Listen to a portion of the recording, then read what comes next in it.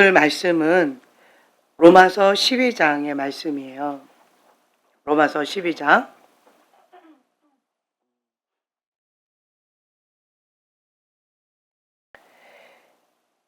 1, 2절의 말씀 함께 한 목소리로 봉독하겠습니다. 그러므로 형제들아 내가 하나님의 모든 자비하심으로 너희를 권하노니 너희 몸을 하나님이 기뻐하시는 거룩한 산 제물로 드리라. 이는 너희가 드릴 영적 예배니라. 너희는 이 세대를 본받지 말고 오직 마음을 새롭게 함으로 변화를 받아 하나님의 선하시고 이겨하시고 온전하신 뜻이 무엇인지 분별하도록 하라. 아멘. 아멘. 하나님의 모든 자비하심으로 우리는 하나님 앞에 드려진 거룩한 성물입니다. 내가 누구인지 여러분 분명히 아셔야 돼요. 하나님께서 누구신지 알고 그리고 하나님 안에서 내가 누구인지 아는 것이 중요하다라고 말씀을 드렸잖아요. 내 정체성의 뿌리가 하나님께 견고하게 박혀져 있으면 그러면 하나님의 사랑받는 자녀다. 그리고 예수님의 핏값으로 사신 바 되어진 나는 하나님의 것이다. 그렇기 때문에 죽어도 주를 위하여 살아도 주를 위하여 하는 것이 별로 어렵지가 않습니다. 하나님이 누군지 모르고 내가 누군지 모르는 사람들은 내가 내 힘으로 내 인생을 책임지려고 하고 또한 내 상처와 내 쓴뿌리 내 마음이 가는 대로 내 욕구가 추구하는 대로 그냥 내 의지로 뭔가 해보겠다라고 열심히 특심으로 그렇게 나아가다가 번아웃돼서 탈진해가지고 뒤로 자빠지는 경우 그렇게 되어지다가 또 이제 교만함으로 밑까부러져서 사단에게 밥되어지는 경우 이런 경우들이 참 많이 있습니다. 나는 내 것이 아니다 라고 하는 것을 아셔야 돼요. 내 안에 주님이 계시기 때문에 내 마음도 주님의 것이요. 생각도 주님의 것이요. 눈도 주님의 것이요. 나의 손발도 주님의 것이라는 거예요. 기분 나쁘고 힘겹다라고 해서 팩팩팩 삐지고 그냥 틱틱거리고 이런 것 하는 것은 영적인 아가이지요. 내 인생 내 것이다.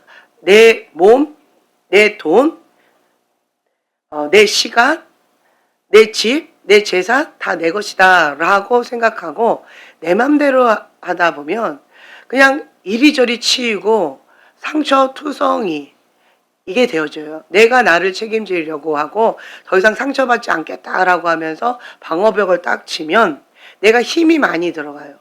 힘이 많이 들어가게 되어지면 원하지 않지만 자기 사랑의 결과물을 우리가 먹게 되어지고 세상의 흐름 가운데 그냥 휩쓸려 가게 되어집니다. 죄라고 하는 것이 관역에서 빗나갔다라고 하는 거잖아요. 근데 이 죄를 안 지으려면 어떻게 해야 될까요?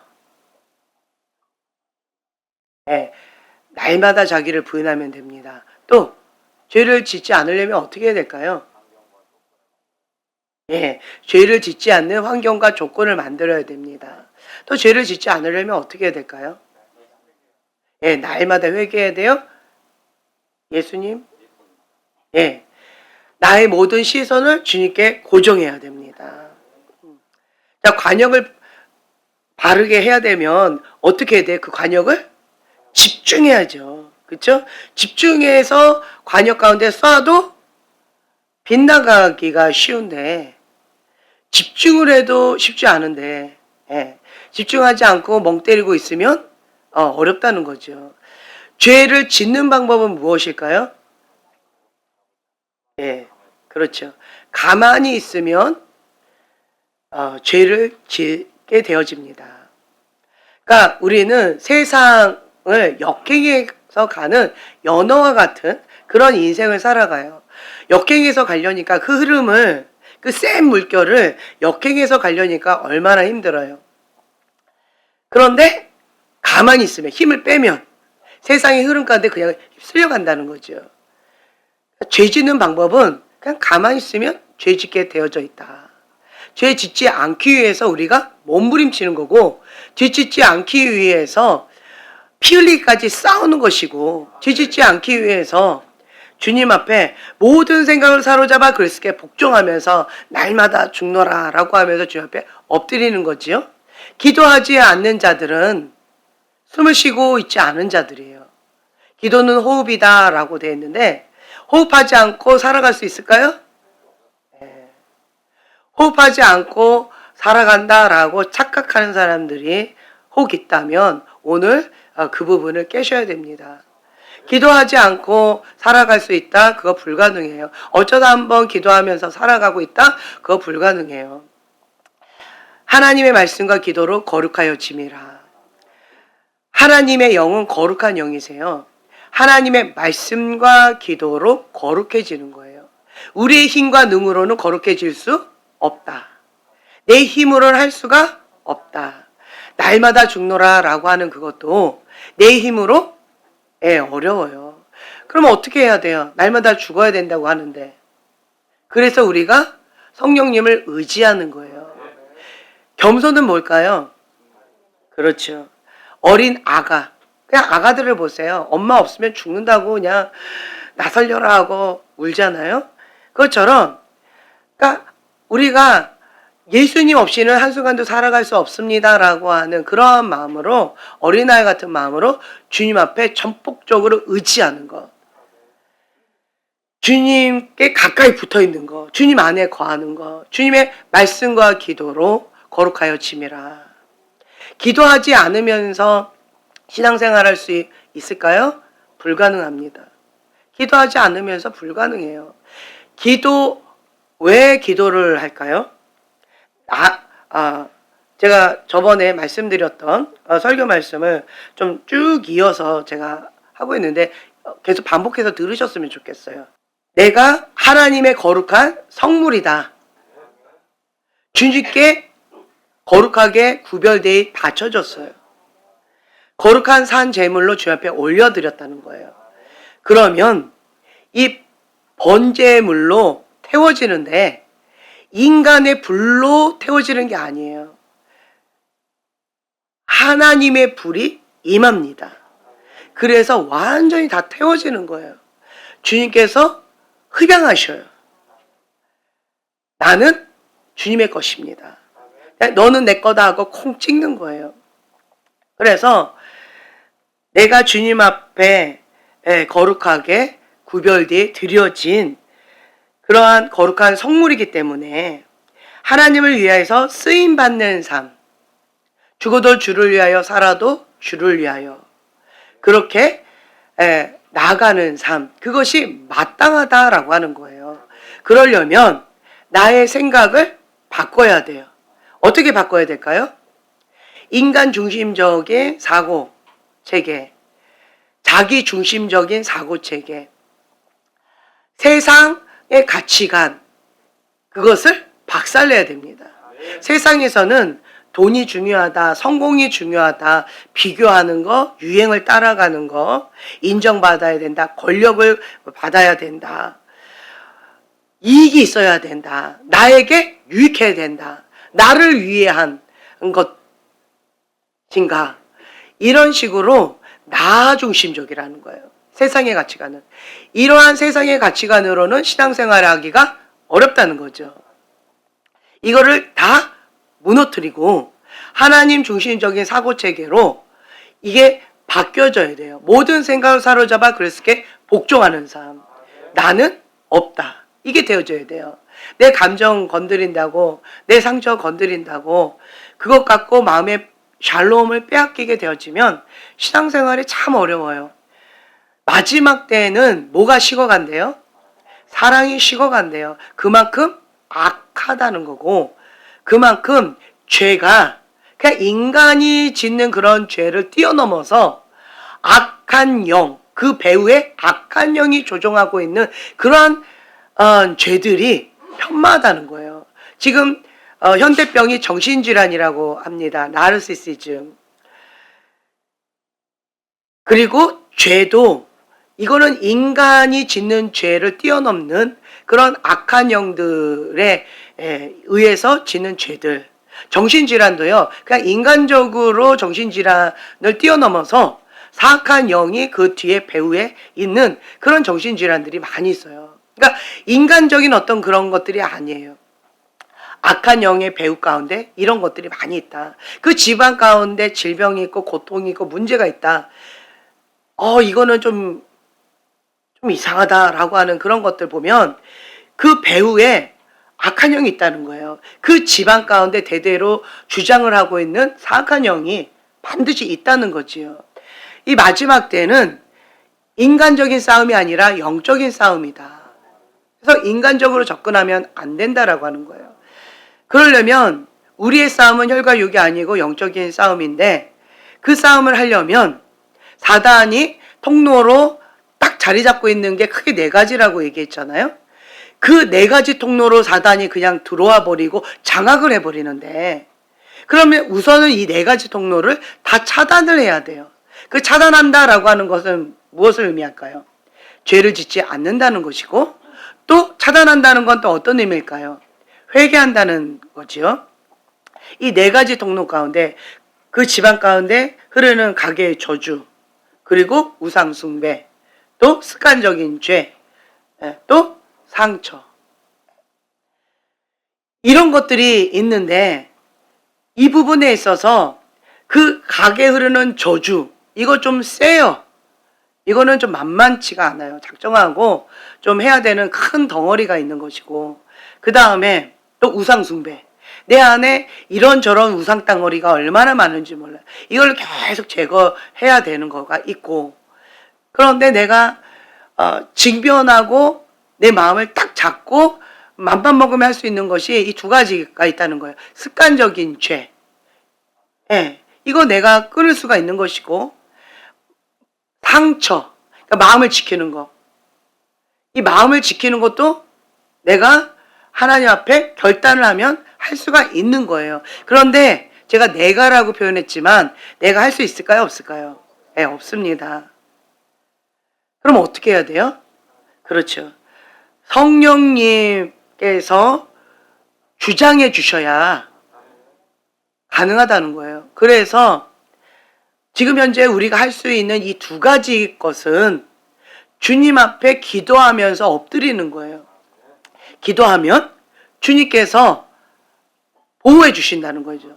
습관적인 죄 짓지 않도록 성령님께서 계속 불편함을 주셔요.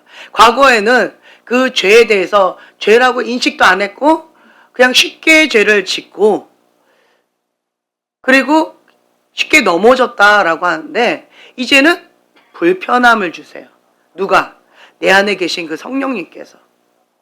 그 성령님께서 내 안에 불편함을 주시고, 그리고 또 누군가가 내 안에 딱 상처를 줬을 때 오보 반응이 확 올라오는 게 있어요. 그러면 오보 반응이 올라올 때 그거는 그 사람 문제다, 내 문제다. 그렇죠. 이거를 분간하셔야 돼요. 그 사람이 그냥 내 상처를 건드렸을 뿐이에요.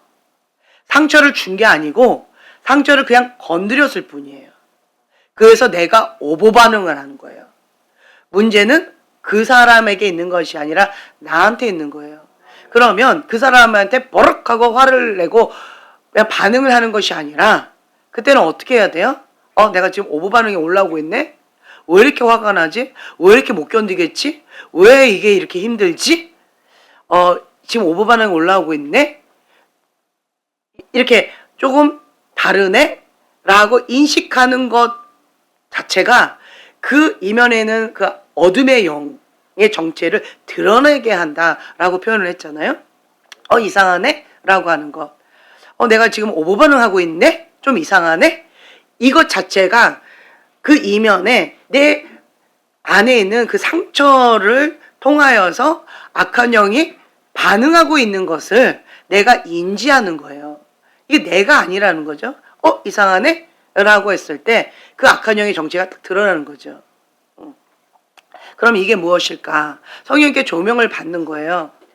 그러면서 과거에 어떤 사건을 딱 떠올려 주실 거예요. 그럼 이걸 가지고 주 앞에 직면을 하면서 프로세스 하면서 속사람치 받으면서 내가 주님 앞에 엎드리면서 이거를 직면해서 나가야 되는 숙제가 있다라고 하는 거죠. 이 세대를 본받지 말고라고 말씀하셨는데 이 세대를 본받는 방법은 뭐가 있을까요? 그렇죠. 가만히 있으면 이 세대를 본받습니다. 가만히 있으면 이 세대를 본받습니다. 이 세대를 본받지 않으려면 어떻게 해야 될까요? 그렇죠. 싸워야 되는 거예요. 지금 여러분 가운데 싸우지 않고 있다. 지금 이 세대를 본받고 있는 거예요. 유행을 따라가고 있다. 이 세대를 쫓아가고 있는 거예요. 가만히 있으면 이 세대를 본받고 있다. 이거를 기억하시면 좋을 것 같아요. 근데 싸워야 되는데 싸우지 못하고 백전백패하는 경우가 왜 그러느냐. 방금 마음을 지키지 못하는 거예요. 상처 건드려서 오버반응 나오고 있는데 내 감정 하나도 못 건드리고 있는데 그런데 내가 싸울 수 있어요? 아니요. 그 불가능하다는 거예요. 그래서 우리는 가장 먼저 훈련받는 것 중에 하나가 뭐냐면 샬롬이에요. 샬롬. 습관적인 죄를 계속 짓게 되어지면 그 말은 뭐냐면 내가 사단 포로가 되는 거예요. 내가 스스로 사단한테 가가지고 나 포로 될래 하고 자꾸 가는 거예요. 주도권을 사단한테 자꾸 주는 거예요. 이런 상태에서는 싸울 수가 없겠죠. 그래서 먼저 싸움을 준비하려면 이 세대를 본받지 않으려면 선 작업이 필요한데 이 마음을 지키는 거, 습관적인 죄를 끊는 거, 사단하고 계속 타협해가지고 사단의 종로로 됐던 것들, 사단의 그 쇠사슬 가운데 내가 계속 더 단단하게 더 두껍게 만들고 있는, 누가 만들고 있는 거예요? 내가 만들고 있는 거예요. 내가 스스로 그렇게 습관적인 죄를 통하여서 사단에게 포로 되어지고 그 쇠사슬을 더 두껍게 더 단단하게 내가 만들고 있다는 거죠. 이거를 끊고자 한다면 습관적인 죄를 끊어야 되는 거예요. 내 힘으로는 안 되니까 어떻게 해야 돼요? 빨리 회개해야 되고 회개가 빨라야 되죠. 우리 형제님 회개가 빠르죠? 네. 네. 본 받으세요, 여러분. 네, 아멘. 네, 어린아이 같이 회개가 빨라요. 죄는 지을 수 있고 넘어질 수 있습니다. 그러나 중요한 게 뭐냐면 빨리 회개해야 된다는 거예요. 예수님 앞에 빨리 회개한다는 건 뭐예요? 문을 닫는다는 거예요. 문을 닫아버리면 더 이상 못 들어오죠? 그러면 이 안에 있는 것만 빨리 내쫓아버리면 되는 거예요. 그래서 자기 관리하는 법을 또 배워야 되는 것들이 있죠. 상처 부분에 있어서 왜 쉽게 상처를 받고 쉽게 상처를 줄까요? 어떤 사람 보면 쉽게 상처를 받아요. 그리고 쉽게 상처를 줘요. 왜 쉽게 받을까요? 상처를 왜 쉽게 받을까요? 네, 쉽게 받을 준비를 하고 있어서. 상처 받기를 원하는 사람 있을까요? 네. 왜 상처를 쉽게 받을까요? 첫째로 영이 약하면 쉽게 상처를 받아요. 영이 약하면. 그리고 내가 주관하려고 하면 쉽게 상처를 받아요. 그러니까 내 힘으로는 쉽게 상처를 받을 수밖에 없어요. 그래서 우리는 다 양 같아요. 쉽게 상처받게 되어 있는 것이 우리의 현 주소예요. 당연히 쉽게 상처 받습니다. 받아요. 그러나 쉽게 상처를 받지 않는 방법이 있어요. 그게 뭐예요? 예. 예수님이 주인 되어 주시고 성령님께서 주장해 주시고 통치하시고 다스려 주시면 내가 싸우는 것이 아니라 나 대신 성령님께서 싸워 주시는 거예요. 성령님의 인도하심을 받고 하나님의 보호함을 받아야 된다는 거예요. 영적인 가족이 있다라는 것이 얼마나 큰 축복인지 몰라요.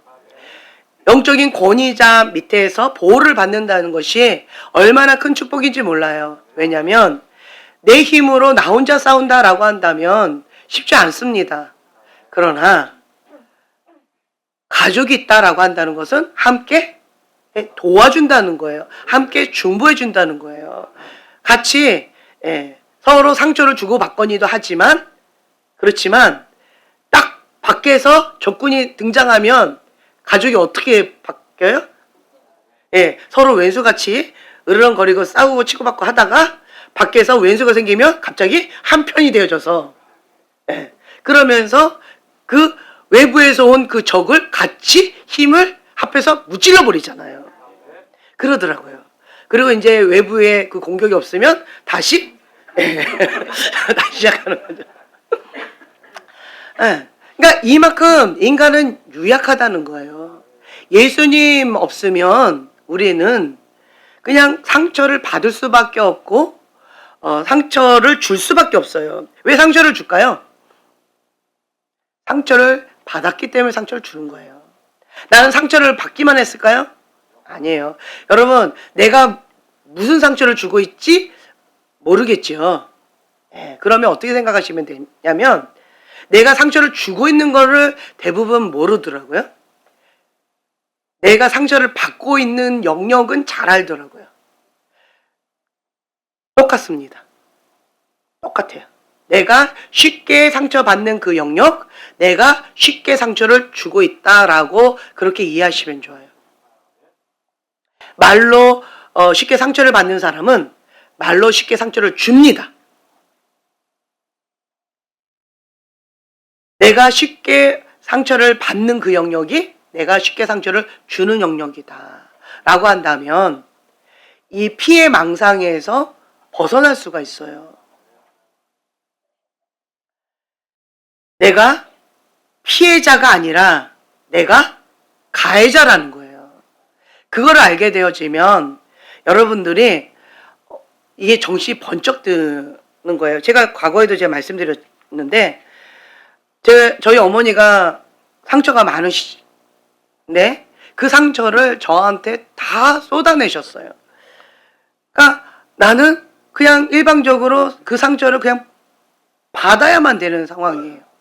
그래서 제가 받다 너무 힘들어서 엄마, 내가 동네 북이에요, 그만하세요 라고 그냥 울면서 너무 고통스러워서 울부짖었던 적이 있었어요.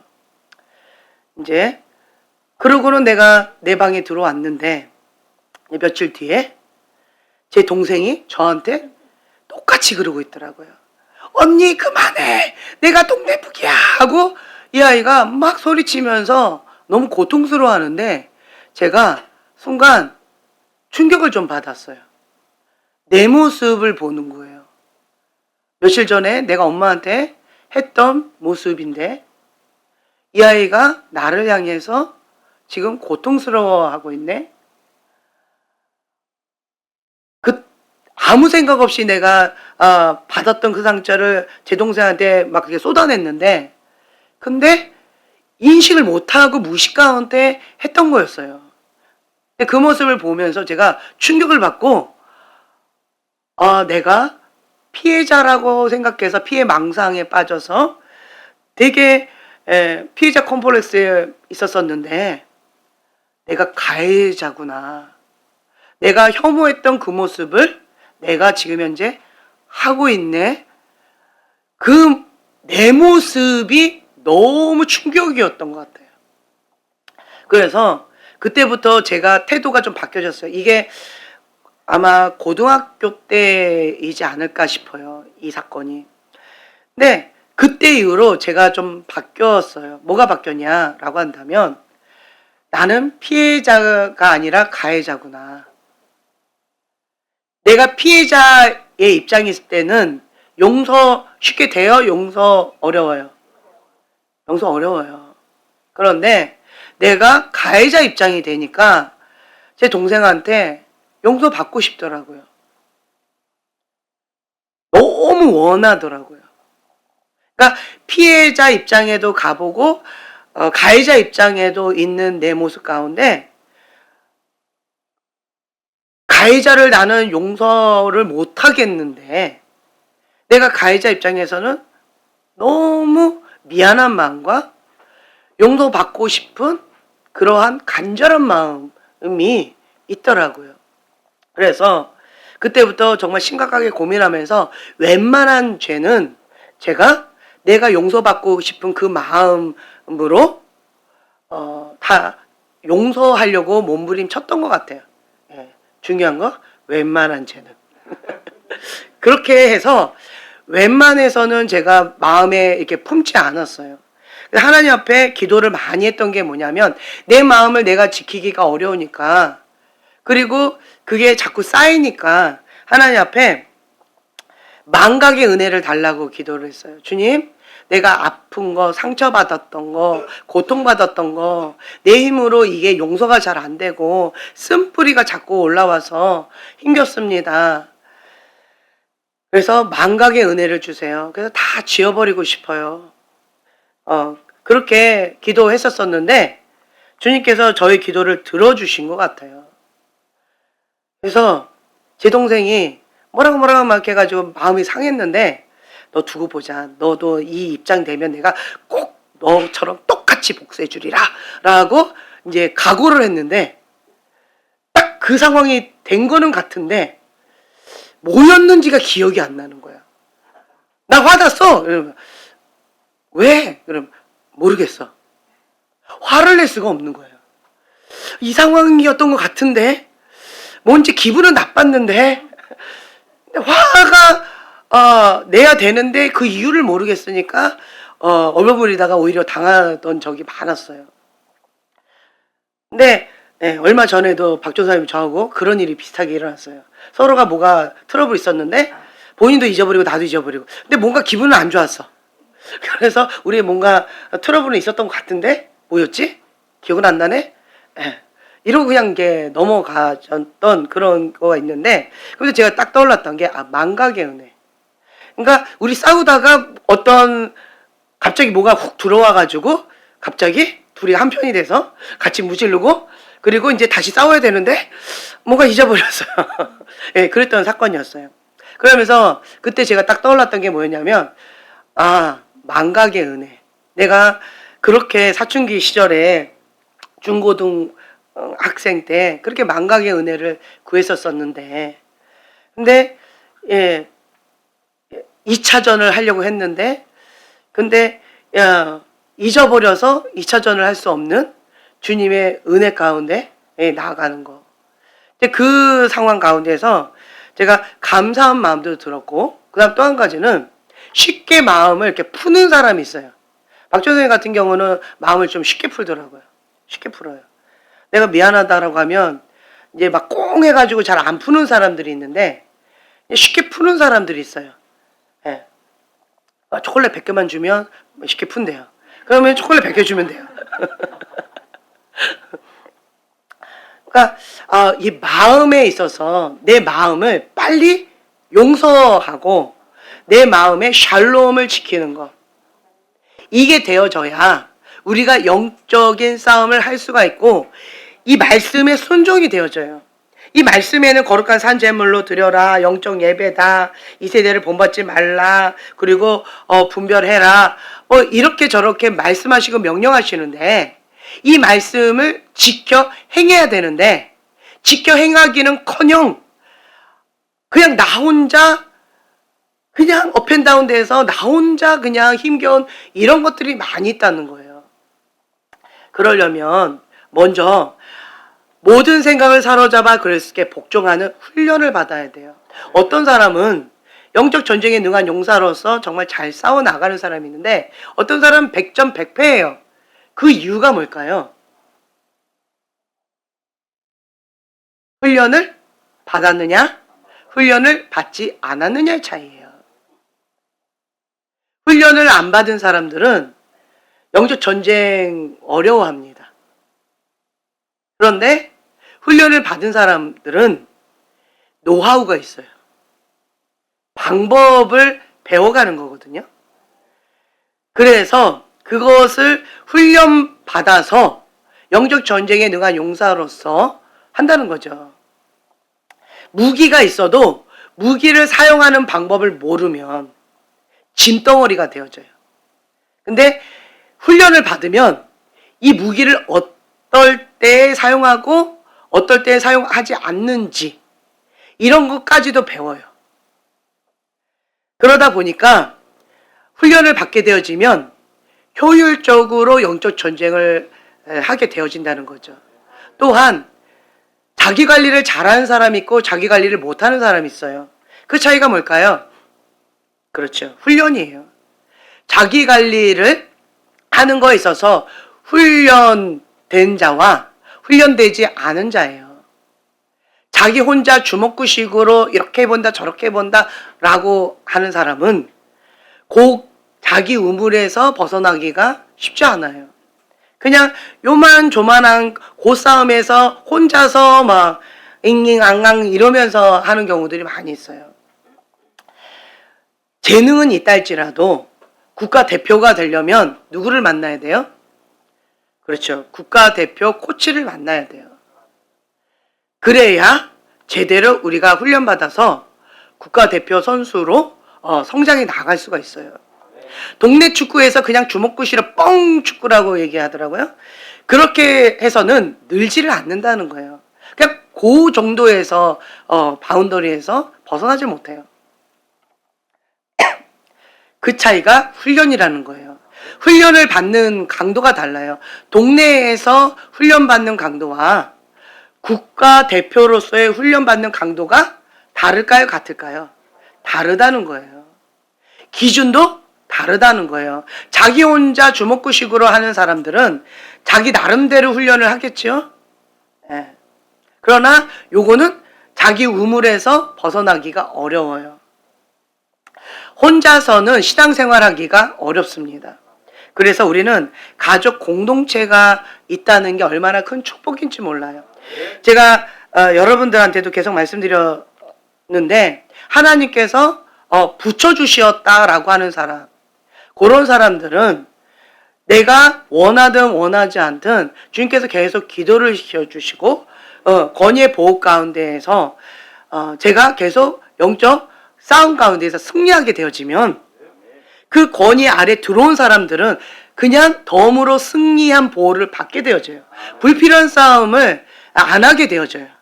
그런데 나는 승리했는데 저 사람은 계속 불필요한 싸움을 여전히 하고 있는 사람을 딱 보면 권위 밖에 있어요. 그러면 이리저리 얻어 터지면서 이렇게 하는 그런 경우들을 봐요. 그래서 권위 아래 보호 가운데 있다라는 것이 얼마나 큰 축복이다라고 하는 거 여러분 그 가치를 아셨으면 좋겠고, 또한 사역자는요 뭘 먹고 살아요? 그렇죠. 중보를 먹고 살아요. 사역자는 중보를 먹고 사는데 여러분들이 중보를 해야 우리가 힘을 얻어서 사명을 감당할 수가 있고, 여러분들이 중보를 해주셔야 우리가 하나님 앞에 나아갈 수가 있게 되어져요. 그러니까 박 목사님께서 오늘 특별하게 간절하게 부탁을 하셨어요. 기도자가 지금 죽느냐 사느냐라고 하는 그 기로에서 목숨을 걸고 죽으면 죽으리라라고 하나님께서 응답 주실 때까지 금식하면서 엎드려 있는데 여러분들이 함께 동참해 주신다라고 하면 얼마나 큰 힘이 되는지 모른다고. 그거를 느낀다는 거예요. 내가 기도했는데 그걸 느낄까? 우리는 영적인 존재예요. 여러분들이 말로는 목사님 중보하고 있어요 이렇게 말을 하고 있는데 내 영이 그걸 느껴요. 중보 안 하고 있는데 중보하고 있어요 이렇게 말하는 사람들도 있고, 진짜로 중보하면서 중보하고 있다라고 말씀하시는 분도 있어요. 영이 느낀다는 거예요. 왜냐하면 우리는 영적인 존재라서 중보하면 그 중보의 기도가 이게 전달이 되어져요. 영적으로 민감한 사람은 더 민감하게 느끼는 것이고, 둔감한 사람은 그걸 못 느낀다 할지라도 성령께서 이렇게 저렇게 해주시는 것들이 있어요. 여러분 잊지 마시고 기억해 주세요. 사역자는 중보를 먹고 삽니다. 하나님께서 왜 주님 가장 가까이에 있는 자가 누구래요? 중보자라고 합니다. 중보자래요. 왜 주님께서는 가장 곁에 중보자를 두셨을까? 저는 그게 의문이었고 이해가 안 됐어요.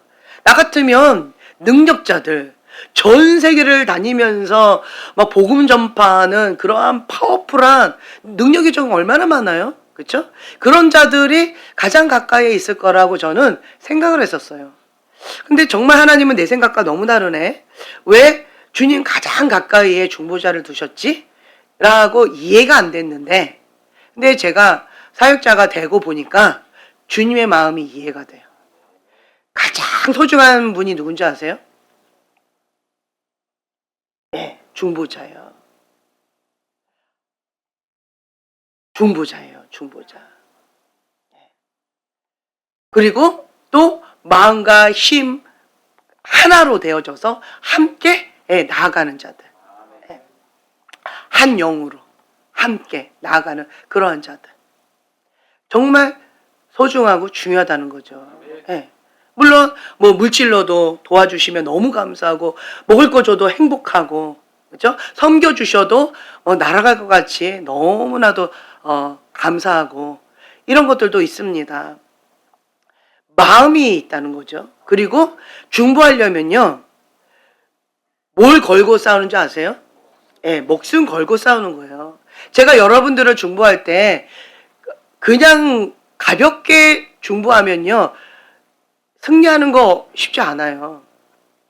뭘 걸어야 승리한 줄 아세요? 목숨 거는 거예요.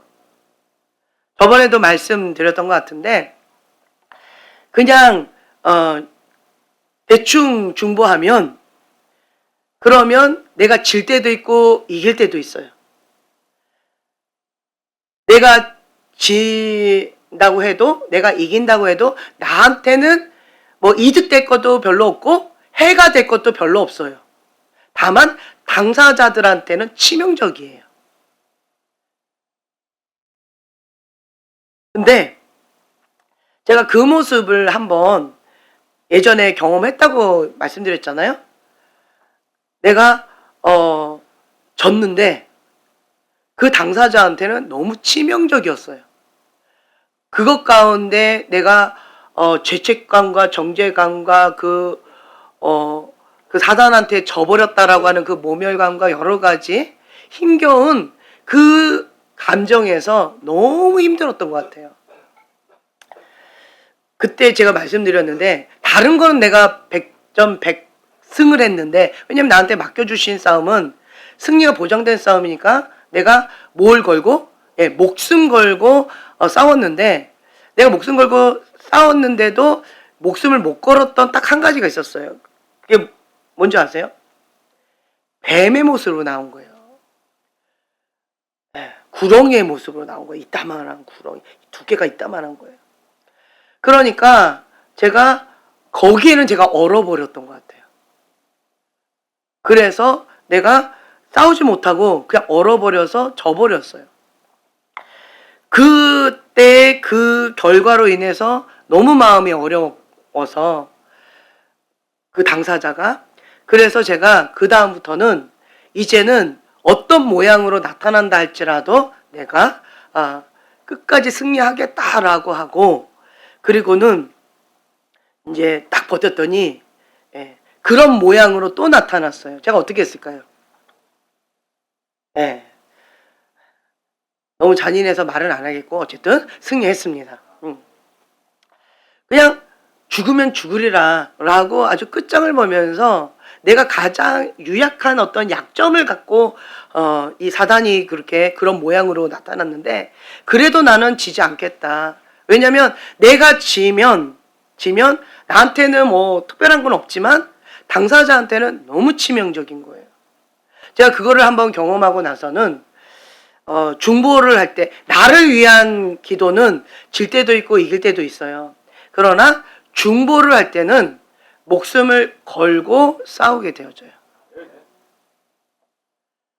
중보자들은 이거 경험하셨을 거예요. 목숨 걸지 않으면 싸우는 거 어렵죠? 그렇죠? 쉽지 않아요. 정말 죽으면 죽으리라 라고 하는 각오로 주님 앞에 기도하지 않으면 승리하기가 쉽지 않아요. 이미 승리가 보장된 싸움임에도 불구하고 목숨을 걸어야 승리의 깃발을 꽂는다는 거예요. 기도가 뭔지 아는 사람들은 제 말이 무슨 말인지 알 거예요. 이 싸움을 하려면 먼저 마음을 지켜야 된다는 거예요. 이 마음의 샬롬, 이 마음을 지키려면, 그러니까 나 중심적인 사고가 있는 사람은 싸울 수 있을까요, 없을까요? 불가능합니다. 불가능해요. 중보할 때 제가 가장 힘든 것 중에 하나가 뭐였냐면 왼수를 중보하는 거. 내가 중보하기 싫은 사람을 중보하는 거. 내가 중보를 하면 그 사람이 꼭 나를 나쁘게 해서 내 마음을 힘들게 하는 경우가 있어요. 그러면 더 이상 중보하고 싶지 않은 거. 뭐 이런 거 있잖아요. 이게 뭐예요? 내 감정을 건드렸다 이런 거죠. 내 감정을 딱 건드렸을 때. 그때 정말 쉽지가 않아요. 순종하기가 정말 쉽지 않아요. 그럼에도 불구하고 하나님께서 중보하라 라고 말씀하실 때는 그냥 내 감정도 버려야 돼요. 내 왼수도 버려야 돼요. 그러니까 나라고 하는 그 존재를 먼저 죽여야 돼요. 그런 다음에 하나님께서 주신 그 사명감만 딱 붙잡고 그리고 성령님께서 인도하시는 대로 순복하는 삶을 살아가는 거예요. 나는 나의 시선을 어디다 고정하고 그렇죠. 하나님께 고정하고 하나님께 초점 맞춰 나아가고 있습니까? 초점을 딱 맞추고 그리고는 그렇게 성령님의 인도하심 따라 가는 거예요. 내가 중요한 사람은 영적 전쟁을 못 해봤을 거예요.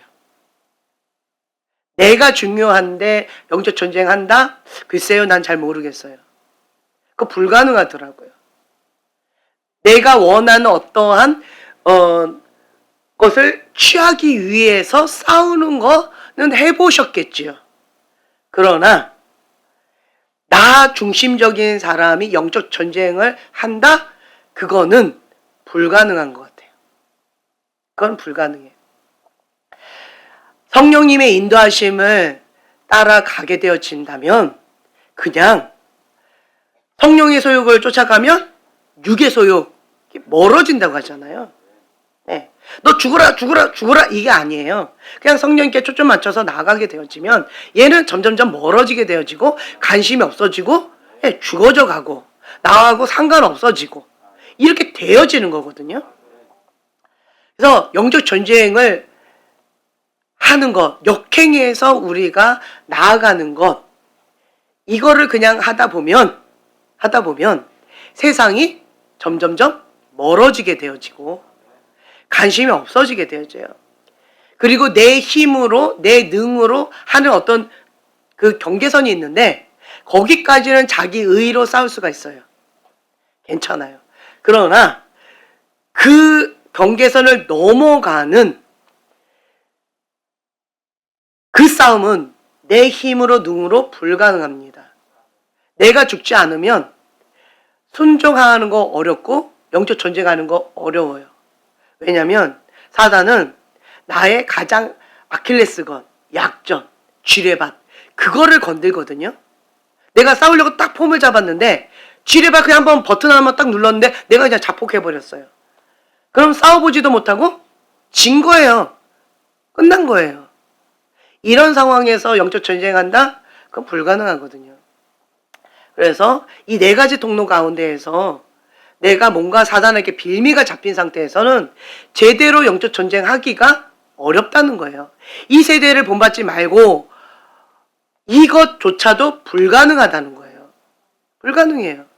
그냥 가만히 있으면 사단이 안 건들 것 같지요? 아니요.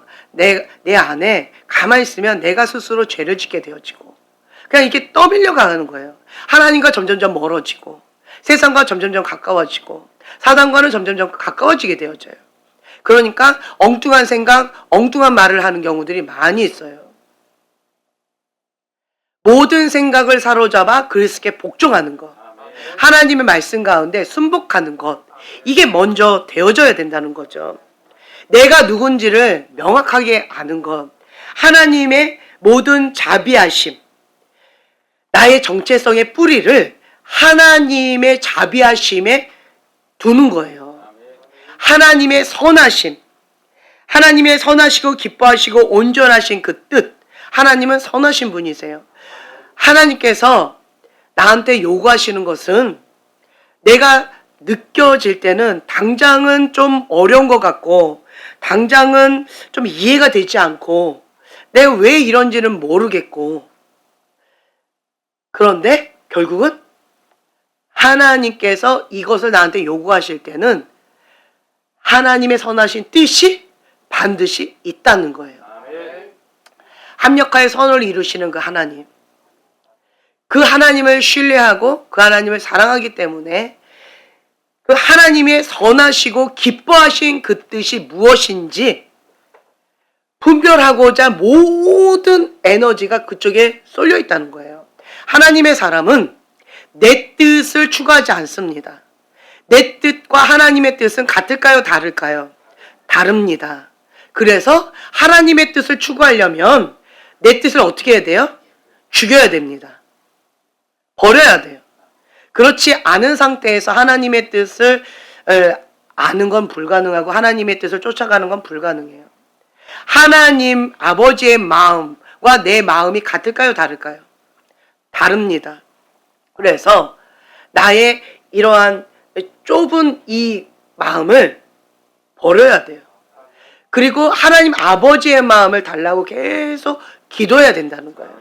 하나님 아버지의 사랑, 하나님 아버지의 긍휼, 하나님 아버지의 마음이 내 안에 부어져야 품어 안을 수 있는 큰 그릇이 되어질 수가 있다는 거죠. 인간 내 마음으로는 한계가 있어요. 그거 불가능하다는 거죠. 자기를 부인하지 않은 상태에서 사명 감당한다? 그거 불가능합니다. 그래서 왜 하나님께서 자기를 부인하고 자기 십자가를 지고 예수님의 제자의 삶을 살아가라, 예수님을 따라가라 라고 말씀하셨는지, 자기를 부인한다라고 하는 거, 십자가를 지고 간다는 거, 이거 참 어려울 것 같잖아요. 그런데 하나님의 온전하신 그 뜻 가운데 우리가 들어가려면 자기를 부인하지 않은 상태에서는 못 들어갑니다. 자기의 십자가, 그 사명 감당하지 않고는 이거 불가능하다는 거예요. 내가 중요한 사람은 하나님 중심적인 사고체계로 살아가는 거 어렵습니다. 세상의 가치관으로 세상이 말하는 그 바운더리 안에서 그냥 거기에서 찰랑찰랑 신앙생활하는 건 가능할 수 있을 것 같아요. 그러나 하나님이 원하신 그 뜻 가운데 깊은 임재 가운데 들어가는 것은 불가능하다는 거죠. 죽은 자만이 하나님의 영광을 볼 수가 있어요. 사단은 정말 교활해서 내가 요런 것들은 다 하나님께 다 드렸고 요거 하나만큼은 내가 좀 쥐고 있을 거야 라고 하면 사단은 뭘 집중 공격할까요? 그렇죠. 요거 하나 집중 공격해요. 이게 나에게 뭐예요? 지뢰밭이라는 거예요. 이게 지뢰밭이에요. 그러니까 집중 공격하는 거예요. 자녀가 나의 우상이다. 사단은 자녀를 집중 공격해요. 돈이 나의 우상이다. 그러면 돈을 집중 공격해요. 상처가 나한테는 너무 중요하다. 내 마음이 중요하다. 라고 하는 사람 상처를 집중 공격한다는 거예요. 내가 쥐고 있는 그것을 사단이 집중 공격하는데 그게 지뢰밭이라는 거죠. 그러니까 하나님께서 그거를 보시고 기뻐하실까요? 안타까워하실까요? 그래서 하나님께서 뭐라고 말씀하시는 거예요? 놓으라고 하는 거예요. 사단이 집중 공격을 해서 지뢰밭으로 만들고 있는 그거를 너가 놔라. 그러면 이 사람은 뭐라고 얘기해요? 놓으면 죽을 것 같이 힘들어요. 근데 실제로 놓으면 어떻게 될까요? 잘게 되어지는 거예요. 더 이상 이 부분을 가지고 사단이 집중 공격을 못 합니다. 왜요? 집중 공격을 해도 이제는 이 소유권이 누구한테 갔어요? 그렇죠. 하나님께 간 거예요. 그러면 누가 책임져 주시는 거예요? 하나님이 책임져 주시는 거예요. 그러니까 이제는 내가 책임질 필요도 없고 내가 싸울 필요도 없고 내가 여기 지뢰밭으로 반응할 필요성 자체가 의미가 없어지는 거예요. 그래서 주님께서 하나님의 선하신 그 뜻 가운데 우리에게 요구하시는 것들이 있다. 하나님이 어떤 분이신지를 안다라고 한다면 이것을 놓는 거가 쉽지는 않지만 어렵지도 않아요. 쉽지도 않지만 어렵지 않아요. 왜? 하나님 책임져 주실 것이니까. 하나님께서 더 큰 것, 더 좋은 것을 주실 거니까. 주님을 신뢰하는 그 마음 가운데 내가 기꺼이 내어드릴 수가 있는 거예요. 이 세대를 본받지 말라고 하신 그 이유가 뭘까요? 왜 세대를 본받지 말라고 그래요? 이 세상의 가치관은 내가 성공해야 되는 거예요. 이 세상의 가치관은 돈이 중요해요. 그리고 열등감과 우월감 가운데에서 경쟁하고 비교해요. 세상의 가치관을 가지고 있는 사람은 하나님의 나라에 들어가기가 쉽지가 않다는 거예요. 가치관이 달라요. 중요시 여기는 게 달라요. 우선시 여기는 게 달라요. 세상의 가치관을 쫓아가는 신앙생활하는 사람들 보세요. 연예인 같은 그러한 찬양팀 좋아하고, 그냥 흥분하는 거 좋아하고, 감정을 만져주는 거 좋아하고, 이래저래 인간적인 것들 되게 좋아하고, 다 이게 누구 중심이에요? 그렇죠. 내가 좋아하는 거예요. 내가 좋아하는 자기중심적인 신앙생활에서 벗어나기가 어렵다는 거예요. 신앙생활은요, 누구 중심적이어야 돼요? 하나님 중심적이어야 돼요. 그것이 신앙생활인 거예요. 갈라디아서 2장 20절의 말씀, 내가 죽고 그리스도와 함께 죽고 그리스도와 함께 부활함으로 인하여서 누가 주인 되어 주신 삶이에요? 그렇죠. 예수님이 내 안에 주인 되어 주시고 성령님께서 통치하고 다스려 주시는 삶이잖아요. 여기가 천국이 되어지는 거. 천국이라는 건 뭐예요? 하나님께서 통치하시는 나라인 거예요. 하나님께서 통치하시는 나라라는 거예요. 그럼 누가 주관자예요? 하나님이 주관자라는 거예요. 그러면 누구 중심적인 나라예요? 하나님 중심적인 나라라는 거예요. 그러니까 이 세대를 본받는 사람들, 이 세대 가운데에서 신앙생활하는 사람들은 자기 중심적인 그런 신앙생활을 하는데 누가 주인이에요? 내가 주인이에요. 그런데 그 이면에 세상의 가치관을 따라가고 있기 때문에 실제로는 누가 주인이에요? 그렇죠. 세상 신이 주인이에요. 세상 신이 주인인데 자기 나름대로 신앙생활을 하고 있는 거예요. 이거를 아셔야 돼요. 그래서 이 세대를 본받지 말고, 자, 이 세대를 본받는 방법은 뭐라고 말씀드렸어요? 가만히 있으면 이 세대를 본받습니다.